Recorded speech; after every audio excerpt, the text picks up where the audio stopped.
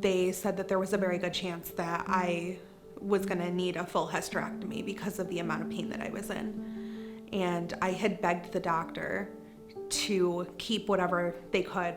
I was 28 at the time. I was too young to lose everything. And we still hadn't even had a chance to have a family yet. And I wasn't ready to let that go. As a result from the surgery, I did end up losing both of my fallopian tubes.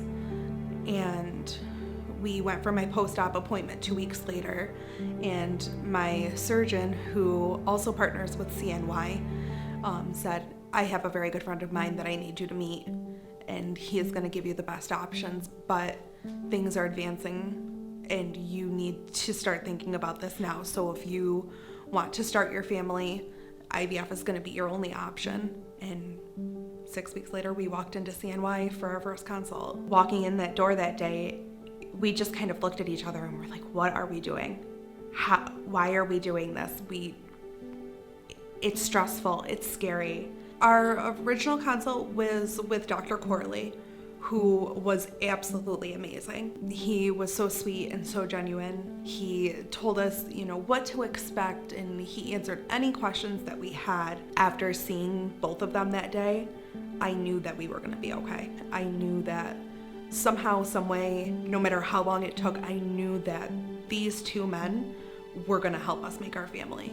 Even that first night, I got really scared because one of the injections burned, and I was still able to call. A nurse answered my phone call at 11 o'clock at night. I didn't have to wait for someone to call me back. Someone was right there for you, no matter what time of day it was. And that was another sigh of relief for us, is that we always knew someone was going to be there to hold our hand, no matter how scary this got. Whether it was Dr. Corley, Dr. Kiltz, someone is always going to answer you, so you know that you're okay. During our first retrieval, I was able to get 19 eggs, which we were ecstatic with. Seven? Yep, so we were able to freeze 7 embryos, and we were over the moon. No matter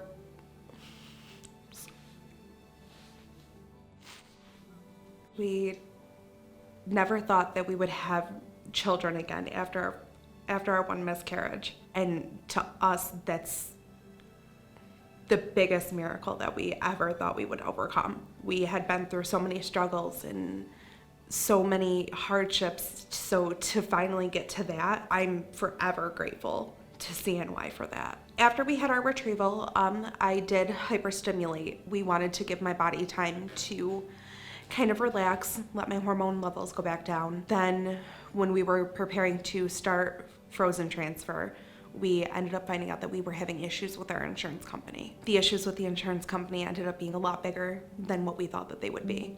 And I ended up getting terminated from my job over our IVF process. I needed to get a new job. I needed to get settled. I needed to know that, I was in the right mindset. So we put things off even further. I spoke with Dr. Kiltz in January. So now we've waited 9 months fighting with everything that we had to go through. And I told Dr. Kiltz that I thought that we were ready to start our process and we were ready to transfer. And he was very open and honest with me, and he said, I think you need to do one more thing for you. And we did. My husband and I went on a vacation. We took the week to meditate and focus on us as a couple and knowing that we were going to be okay and focusing on where our family was going to grow to over the next year. We came back from that vacation, and 3 weeks later, cycle day 1 came back, and we called and we started our monitoring process for our frozen transfer. We went in for our first cycle, did all of our monitoring, and they said, okay, we'll see you in a week. And I was kind of taken back, and it was like, well, what happens? Is everything okay? Is this cycle going to get canceled? Why do you want to wait so long? And they were like, nope, this is just a different process. But again, being right there to answer questions and explaining that everything is going to be okay and we're going to keep watching you and re-educating on the whole process, showed us how to do all of our injections all over again because there was new injections that came with this cycle. We went back the next week, went for our next appointment, and they gave us our transfer date, and the nerves really started to kick in, and also the dreaded progesterone injections kicked in. These progesterone injections are just too big. I couldn't do it. So they taught him how to do the injections for the first time. He was a trooper. He definitely was right on board. We did an HCG wash and intralipids because my entire process I was on an immune protocol. Day before transfer, we drove back out to Syracuse. We went through everything that we had to, just did my very best to try to relax, and the only thing I could think in my head was, I'm gonna be pregnant tomorrow. And how did we even get here? Because we shouldn't be here. I was like a kid sleeping on Christmas Eve. I couldn't sleep the night before. Dr. Kiltz is huge on acupuncture for all of his patients. So we went for acupuncture in the morning, got nice and relaxed. Then we went into the transfer room, which was amazing. It was the most peaceful room that I think I've ever been in. And Dr. Kiltz came in and he hugged us and grabbed us both by the hand, and he prayed with us and explained everything that was going to happen, and he just reassured us that everything was going to be okay. And Dr. Kiltz has done everything that he can. Dr.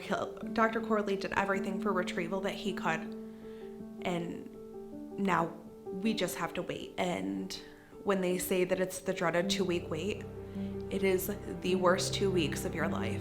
Every time you feel something move, every time you get a cramp, you just wonder, is it working? Are you losing the baby?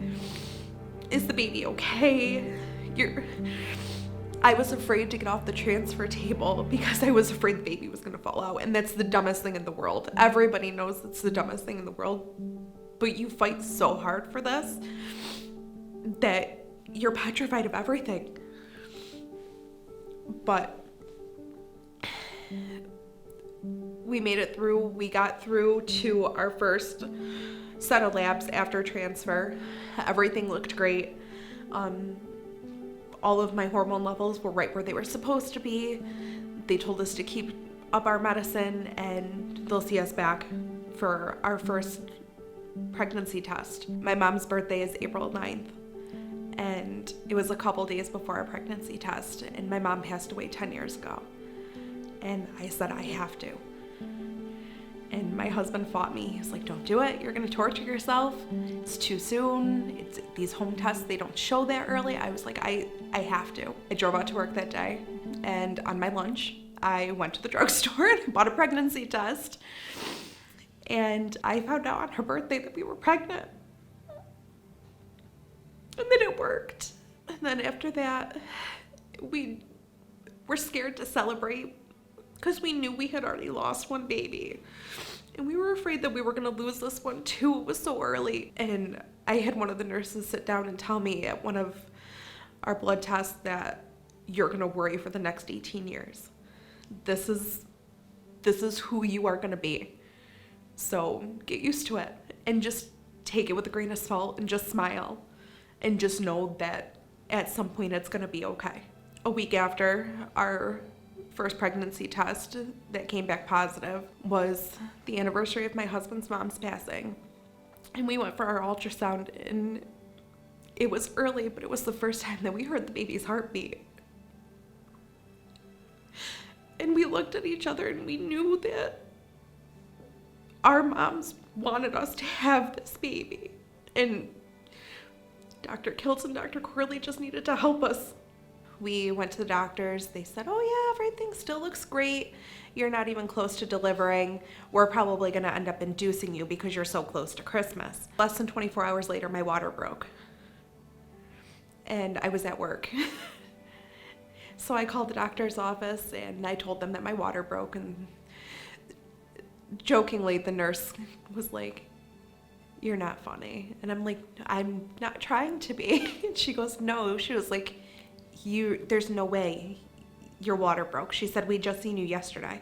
So I leave work, I drive up to the doctor's office, and I'm waddling. I was huge towards the end of my pregnancy. I'm barely walking into her office, and she looks at me, she goes, "You're in labor." I said, "Yeah, I told you." And 37 hours later, she was born. It was a very long labor. It was very intensive, but she made it, and she was here. I still look at her, and I still just, I'm in disbelief that she's here, because we never thought that she would be.